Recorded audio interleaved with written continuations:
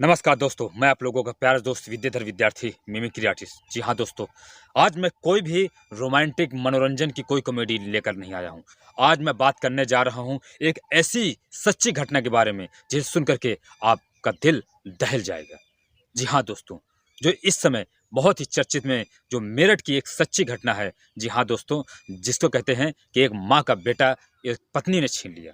जी हाँ दोस्तों, मैं बात करने जा रहा हूँ मेरठ के सौरभ की। जे जो उसकी पत्नी मुस्कान ने अपने प्रेमी साहिल शुक्ला के साथ मिलकर के अपने पति को मार डाला।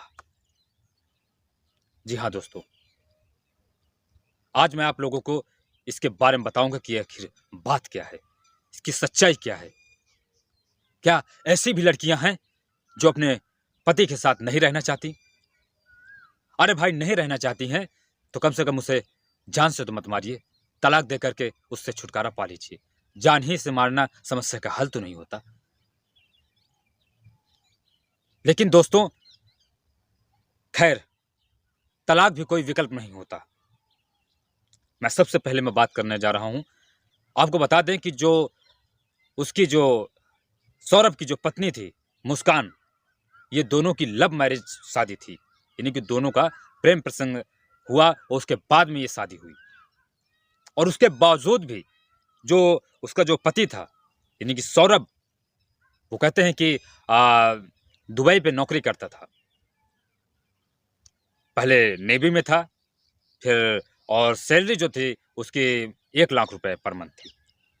अब सोचिए, उसकी पत्नी, सौरभ की जो पत्नी मुस्कान, वो अब घर वालों के साथ पे नहीं रहना चाहती थी। इसलिए सौरभ ने उसकी खुशी के लिए अपने माता पिता से अलग होकर के उसके साथ पे रूम लेकर के रहता था। वो बाहर विदेश में था। और इधर मुस्कान जो थी, उसका जो एक झींगुर जैसे शक्ल का, आप देख लीजिए, ये कुत्ते जैसी शक्ल का दुबला पतला इंसान, आप देख रहे होंगे तस्वीर में, इसके साथ उसका प्रेम प्रसंग चलने लगा। और उसका पति बाहर था विदेश में। और इन दोनों का प्रेम प्रसंग चलता रहा। आखिर इन दोनों ने फैसला किया होगा कि कैसे हम अपने पति से छुटकारा पाएं। तो मुस्कान ने अपने पति को यहाँ बुलवाया बाहर से, और उसके बाद इन दोनों ने मिल करके, मुस्कान और उसके जो प्रेमी था यानी कि साहिल शुक्ला, इन दोनों ने मिल करके पहले उसे बेहोश किया। उस पत्नी ने अपने पति को पहले बेहोश किया और फिर उसके बाद उसके सीने पे वार कर दिया खंजरों से, और उसके 15 टुकड़े करके, और एक जो ड्रम होता है उस ड्रम में उसे काट करके भर देते हैं, ऊपर से सीमेंट डाल करके जमा देते हैं। ऐसी घटना को सुन करके आपके रोंगटे तो खड़े हो गए। मेरे भी दिल से एक ही बद्दुआ निकल रही है ऐसी लड़कियों के लिए। अरे, जो अपने पति के लिए नहीं हो सकती हैं, वो किसी दूसरे के लिए क्या होंगी। और इस साहिल शुक्ला को भी समझ में नहीं आया, अरे जो औरत अपने पति को काट करके एक ड्रम में भर करके सीमेंट से उसे चुनवा सकती है, जमा सकती है, तो कल को उससे बेहतर की तलाश में अगर आ गई तो कल को साहिल शुक्ला को भी तो ये काट सकती है ना। लेकिन साहिल शुक्ला ने इस बारे में थोड़ा भी नहीं सोचा, ना ही उसकी पत्नी ने सोचा कि मैं ये क्या करने जा रही हूं। एक मां से तुमने उसका बेटा छीन लिया, इसे तुम प्यार कहती हो? अरे, तुम्हारी जैसी औरतों को ना तो जान से मार देना चाहिए, काट करके फेंक देना चाहिए। लेकिन अफसोस, कानून सिर्फ लड़कियों के लिए बना है। अभी यही हादसा अगर लड़कियों के साथ अगर हो गया होता तो पूरी लड़कियां धरना प्रदर्शन दे रही होती, सरकार को हाय हाय कर रही होती कि हमें इंसाफ चाहिए, इंसाफ चाहिए इस लड़की को। और आज हम लड़कों के साथ ऐसा हुआ, इस लड़के के साथ ऐसा हुआ, तो कोई यहां प्रदर्शन करने वाला नहीं है, कोई आवाज उठाने वाला नहीं है।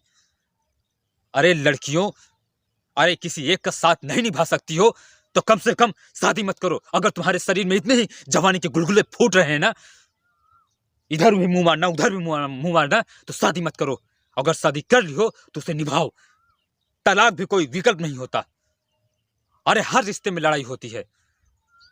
अरे जब तक तुम्हारी शादी नहीं हुई थी तो क्या तुम्हारे माता पिता में लड़ाई नहीं होती थी? उनके पति पत्नी के बीच झगड़े नहीं होते थे? तुम्हारे भाई बहन में झगड़े नहीं होते थे? तो इसका मतलब ये तो नहीं कि तुम अपने माता पिता का घर छोड़ करके भाग गई हो, या अपने भाई बहन का तुमने रिश्ता खत्म कर दिया हो। जब पति पत्नी में ऐसे टकरार होते हैं तो तुम पति पत्नी से उसका रिश्ता ही क्यों खत्म करने पे तुल जाती हो? खत्म करना तो दूर की बात, तुम उसे जान से मार देती हो अपने प्रेमी के संग मिलकर के। ये कहां कहा दे तुम लोगों का इंसाफ है? अरे लड़कियों, होश में आओ। अपने पति के साथ उसकी जिंदगी बर्बाद मत करो, उसके साथ बिताओ। किसी एक के होकर के रहोगी तो रानी की तरह रहोगी। उसकी वफा में उसका साथ दो, हर सुख दुख में उसका साथ दो। अरे कहां, कौन सी ऐसी जगह है जहां पे लड़ाई नहीं होती है? कौन सी ऐसी घटना है जहां पे लोग उसे सुख दुख का सामना नहीं करते हैं? लेकिन उसका समस्या का हल तलाक या उससे पीछा छुड़ाना नहीं होता है। अरे शादी होती है जो रिश्तों का 7 जन्मों का बंधन होता है, हमारे ग्रंथों में कहा गया है। लेकिन 7 जन्म की दूर की बात है, 7 साल तक भी उसे निभा नहीं सकते हैं लोग। निभाने में तकलीफ हो जाती है। अरे मैंने ऐसी ऐसी घटनाएं सुनी है, मेरे गांव से लेकर के हर गांवों में लेकर के मैंने ऐसी घटनाएं सुनी है जो लोग शादी के 20 साल 30 साल बाद तक लोग गलत लोगों के साथ अफेयर लड़कियां कर लेती हैं। शादी के 10 साल 20 साल बाद कर लेती हैं। लड़कियों की उम्र, औरतों की उम्र 50 साल की हो जाती है, तब वो जाकर ऐसे ऐसे लोगों के साथ फरार हो जाती हैं जिनकी उम्र 50 साल भी रहती है। ऐसी मैं घटनाएं मैं सुनता आ रहा हूं, मैं खुद देखा हूं, मेरे गांव में ऐसे हादसे हुए हैं। अरे होश में आ जाओ लड़कियों, औरतों। अपनी जवानी के गुलगुले को, इसको कंट्रोल में रखो। और इतनी ही अगर आग अगर मचलती है ना, तो अपने बाप से कह दो मेरी शादी ना करें, मुझे किसी धंधे पर बैठा दें। धंधा करो तुम, सिर्फ धंधा। तुम भी उससे कमाई खाओगी और तुम्हारे माता पिता भी उससे कमाई खाएंगे। सुनने में तो बहुत खराब लग रहा होगा ना, लेकिन यही सच है। आज लोगों के अगर घर बर्बाद हो रहे हैं, शादीशुदा अगर औरतें अगर घर में बैठी हुई हैं अपने मायके में, या अगर वो तलाक ले रही हैं, तो उसकी सिर्फ वजह वजह ये है कि सिर्फ वो अपनी माँ की बात मानती हैं, अपने पिता की बात मानती हैं। इस वजह से उनकी जिंदगी बर्बाद है।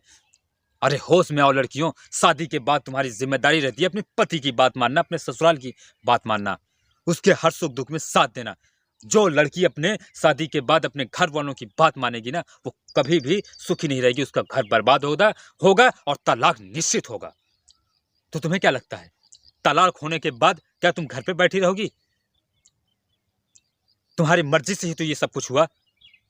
फिर तुम्हारे घर वाले दूसरी शादी करेंगे और फिर तुम कर भी लोगी। अरे तुम एक पति की होके ना रही और तुम जाके अब उसके साथ रहोगी।